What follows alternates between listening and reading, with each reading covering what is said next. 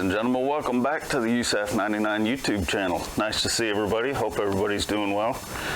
It is Friday, November 23rd, day after Thanksgiving. My daughter was here with her car, and we noticed that one of the wheel studs was missing. I'm not sure if y'all can see that. I may have the camera angle too high. Anyway, the wheel stud's missing. That's the only reason I'm replacing this wheel bearing, because it's easier to just replace the cheap wheel bearing than it is to try to get a stud and then try to get it pressed in straight. So I would rather just replace the wheel bearing. The car has over 100,000 miles on it. Might as well just replace the wheel bearing. It's easy to do. It's merely a matter of taking the brake rotor off, taking the brake caliper off, loosening one nut, off, on. It's easy. I'm making this video. There are other videos out there. I like to do step-by-step videos. That way you can follow along on your phone if you're not sure yourself what you're doing. So we'll get this started. First thing to do, jack the vehicle, secure it with jack stands. I have mine sitting on the jack on the cross member, and then a jack stand underneath the lower control arm, just in case it should come off the jack stand will catch it. But of course, when you do something like this, anytime you have the wheels off the vehicle and you're working in that area, always keep your feet, your hands, everything out from underneath the vehicle as much as possible. That way, if it does come down, the jack stand fails, whatever, it doesn't land on you. It's much better for it to land on the ground and then you try to figure out how to jack the thing back up, get the wheel back on, than it is to have an ambulance in your driveway. So let's get the wheel off. We'll see what we're working with. Easy job, but we'll go step by step. I'll show you what we're doing. Cool? All right.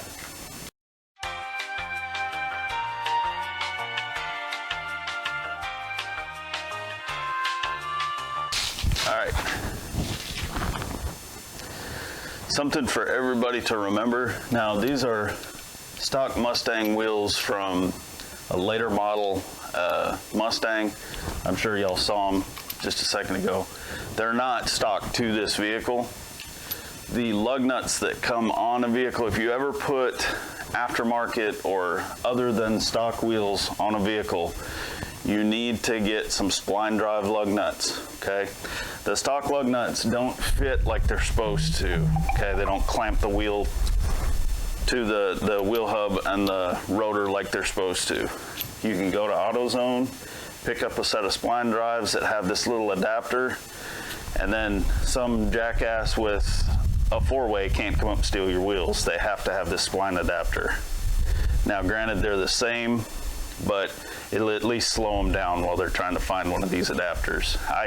Honestly, this had some spline drives on it, and I didn't have an adapter, and I had to go around looking for one. I ended up buying a whole new set of lug nuts just to get the adapter. So that's information that I got from a very good friend of mine who is a manager at Hibdon's. And I didn't know there was a difference in lug nuts, honestly. I figured if they threaded on and held the wheel there, it was good. But definitely pick you up a set of spline drive lug nuts to put on anytime you change the wheels to something other than what's designed to go on the vehicle. Cool? Okay, I'm gonna change the camera angle, get you guys a little closer so that you can see what's going on, and then we'll get going. Cool? Cool. All right, ladies and gentlemen. First step, I'm gonna pick the camera up, so that means it's gonna be nice and shaky for everybody. First step is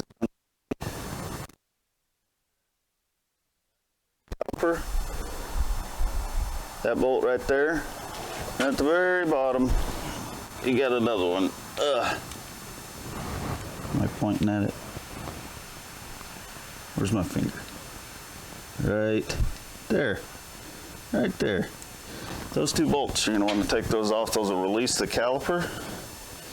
The only thing is, don't just let it drop. You need to firmly hold the caliper. Now there's a caliper and a mount right here. You'll see the difference. This is the mount. This is the caliper. I'm going to take the caliper off, then we'll get the mount afterwards. For this car, it is a 13mm wrench. So we'll do that real quick.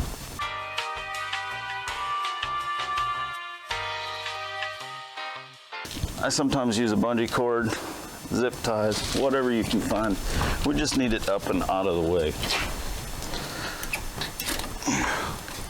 So you slide it off and then use the actual bolt holder to slide a zip tie through, and find something pretty sturdy. On this car there just happens to be a hole right here. Get through there. That we're going to use to hold the weight of the caliper.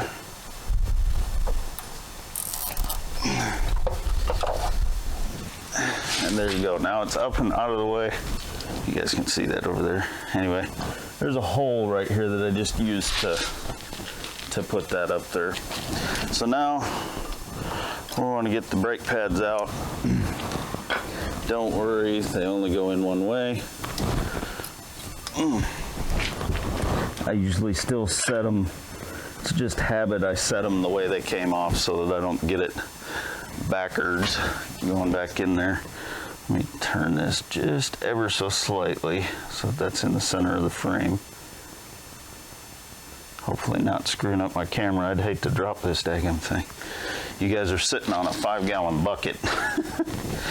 All right. Oh, this concrete's hard on my knees. So now, there's 2 bolts on the back side. You'll see them that hold this frame on. We need to get the frame off so that we can slide the rotor off. Ultimately, we're going to be getting to this plastic cup.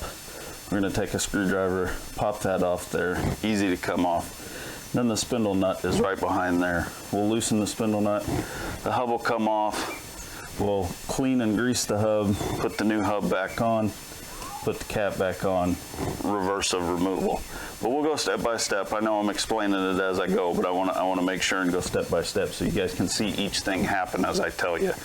So let me get the wrench for this. We prevailed, folks. Whew. All right, so let's get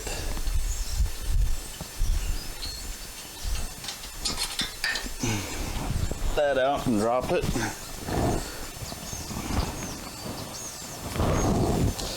If you're not dropping stuff, you're not doing it right, ladies and gentlemen. The bolt comes out, it looks just like that there.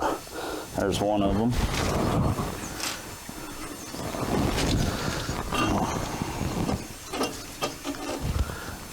Get out of there, quit being a pain in the butt.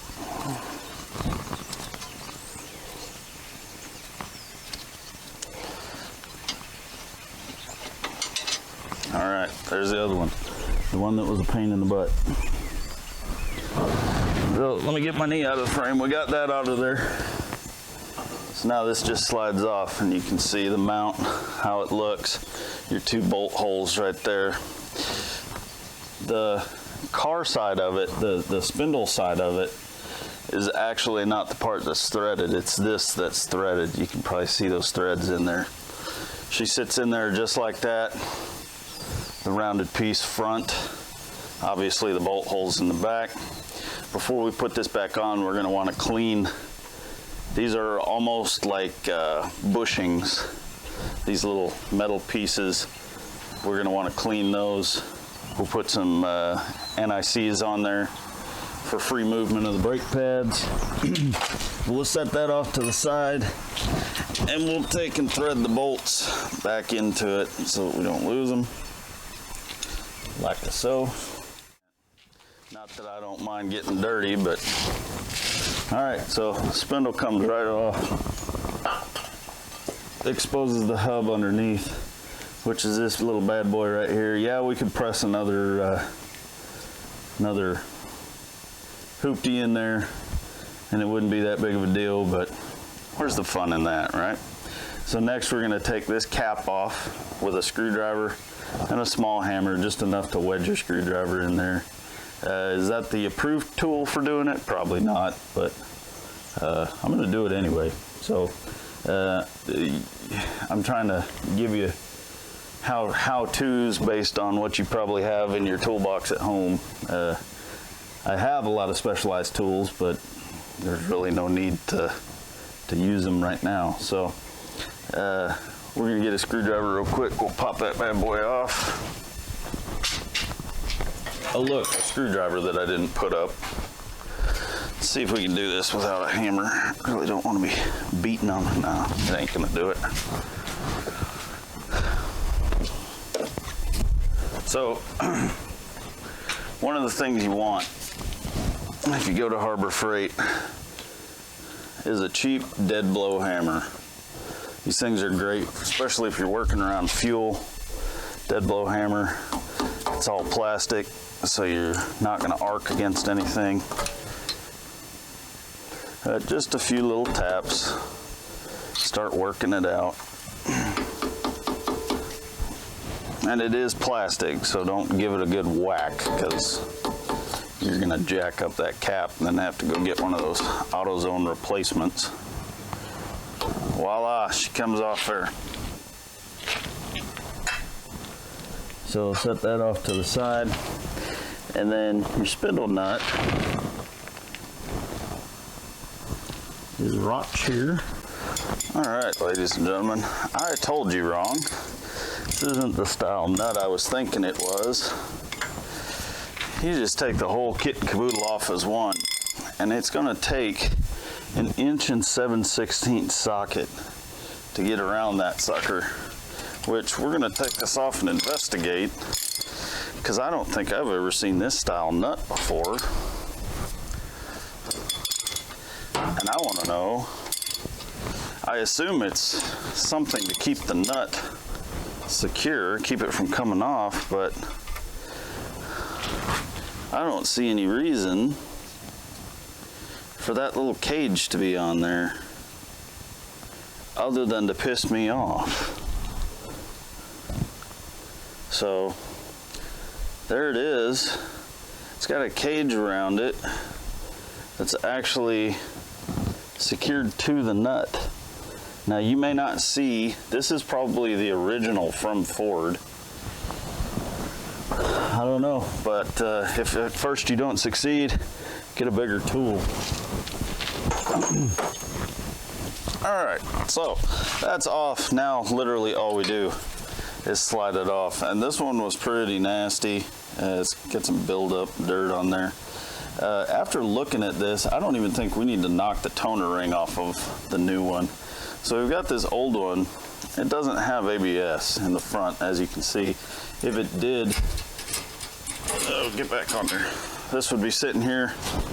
And on the new one, which for those of you that are following along and want the part number, I got a Timekin, and it is a 513115 from Rock Auto, Timekin bearing. I don't remember how much it was. It was fairly cheap, because instead of buying just a cheap wheel stud, I went ahead and got the hubs. The fact that it's my daughter's car may have played into that, because I would rather replace something with something I know is good than let her drive around on something that I'm not sure about. Now, some of you are going to comment and say, well, you let her drive around missing a lug or a wheel stud. Bad dad, bad parent. Well, you know, she just drives in town. She doesn't get on the highway. And 4 out of 5 ain't bad. So the new one, if you'll notice, old one does not have a toner ring. That's this ring right here that I'm hitting, those little teeth. That's an ABS toner ring. And these are universal, so you can use this with a non-ABS car, which is what we're gonna do. So a lot of people will look at this and go, oh shit, this one's, it's different, it looks different, it ain't gonna work. If you really need to, you can knock that ring off. Ours is gonna fit right on there without it, and I'm not even gonna mess with it, because that'd make this video super long, and nobody wants to watch a super long video. You just wanna see how to get the shit done. So, and we're gonna clean this off real good. And while we're in here, we're gonna inspect this mating surface. You're just looking for nicks, burrs, uneven wear, like anything that's going to make this to where you need to replace the spindle, which this one looks good. There's nothing wrong with it. I'm going to take a wire brush real quick, clean these threads up, and probably hit around here so that when we're putting the new bearing on, we don't get anything down into the grease that we're going to put on there. So let's hit that with a wire brush real quick.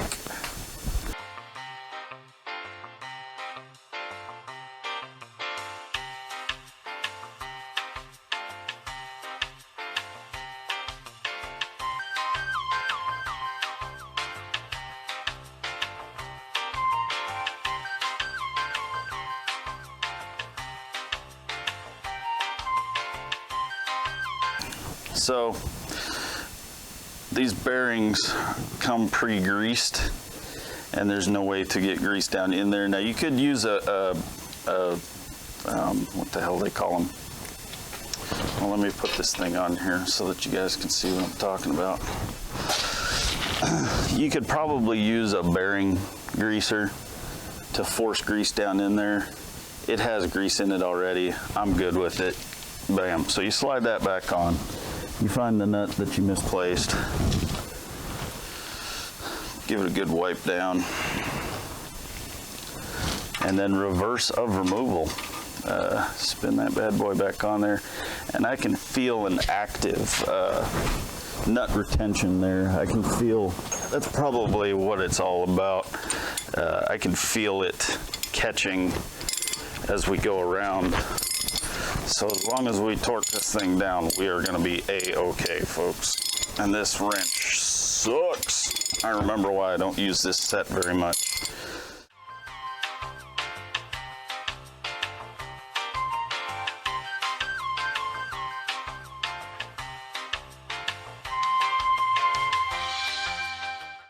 We're going to take that fancy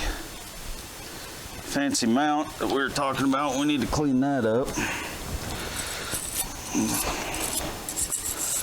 So we'll run that wire brush down in the channels. Well, when I say the channels, I mean right there and right there.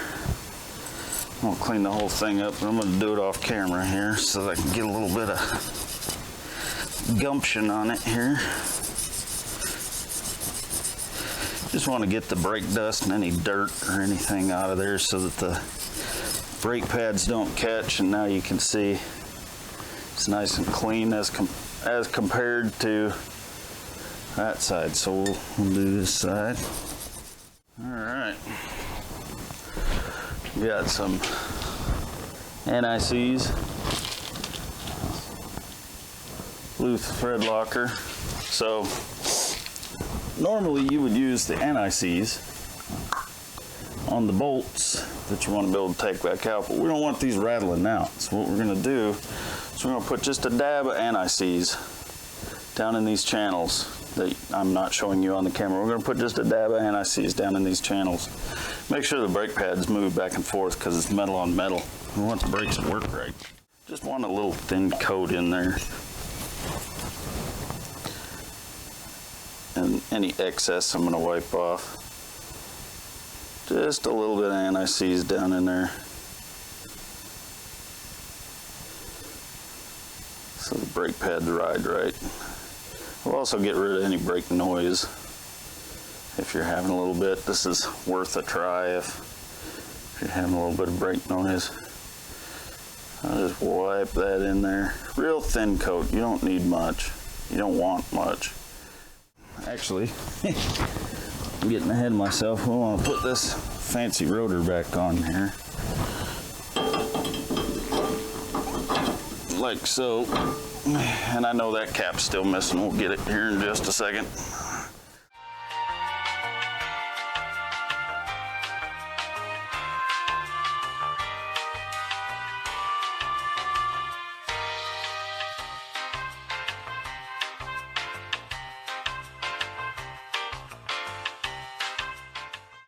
Put that back in there. Now you want to make sure and torque these bad boys down to good and tight. Threadlocker is not a substitute for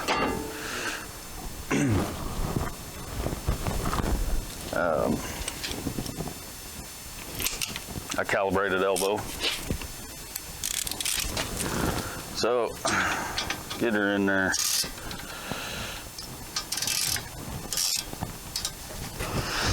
Staying out from underneath the vehicle. Give her a good. Let's check that torque one more time. All right, she's good. So you got that in there. Now you can get some snips or your pocket knife if you're smart enough to carry one and not forget it. Actually, you know what? We need to put the brake pad back in there.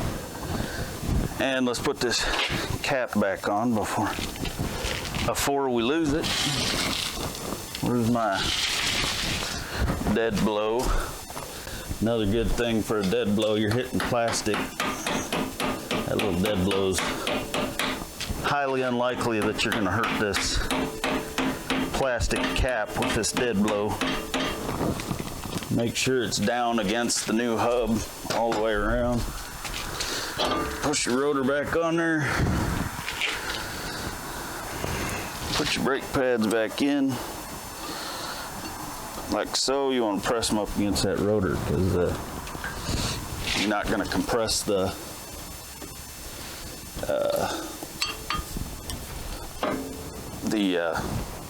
caliper any. You shouldn't have to because you didn't change anything. You didn't press the brakes or any of that good stuff. Now, if you got a wild and woolly kid that was in the car while you're trying to work on it, like some of us may, and press the brakes, you might be screwed right here, but not me, folks.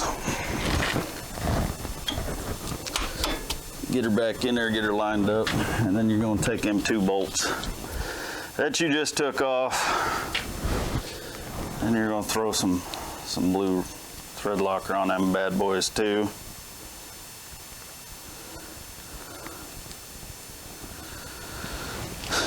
Put them through there, making sure that you're semi sort of lined up here, because it'd be kind of a pain if you don't. We're good to go. So if you enjoyed this video, make sure and get down here. Oh God, oh God. Before I do the whatever yet. Oh man, I got some shit on my face. Well, that just shows that I did the work. If you enjoyed this video, be sure to give me a like, subscribe. We normally do diesel F-250 mods, repairs, troubleshooting, that kind of stuff on this channel, but like it says in the intro video for the channel, I do all kinds of stuff. So if you like this video, like, comment, subscribe. You got any questions, be sure to throw a comment down there. I'll help you if I can. And be sure to ring that little bell that's somewhere. Shit, I don't know. Is it over there? So shit, I don't know where it is. It's over by that subscribe button that you just pummeled with your mouse. Go ahead and hit that bell and it'll let you know whenever I upload a video. So thank y'all for watching. Thanks for hanging out. Be sure and come by and see if I put more videos up, and we'll see you guys next time.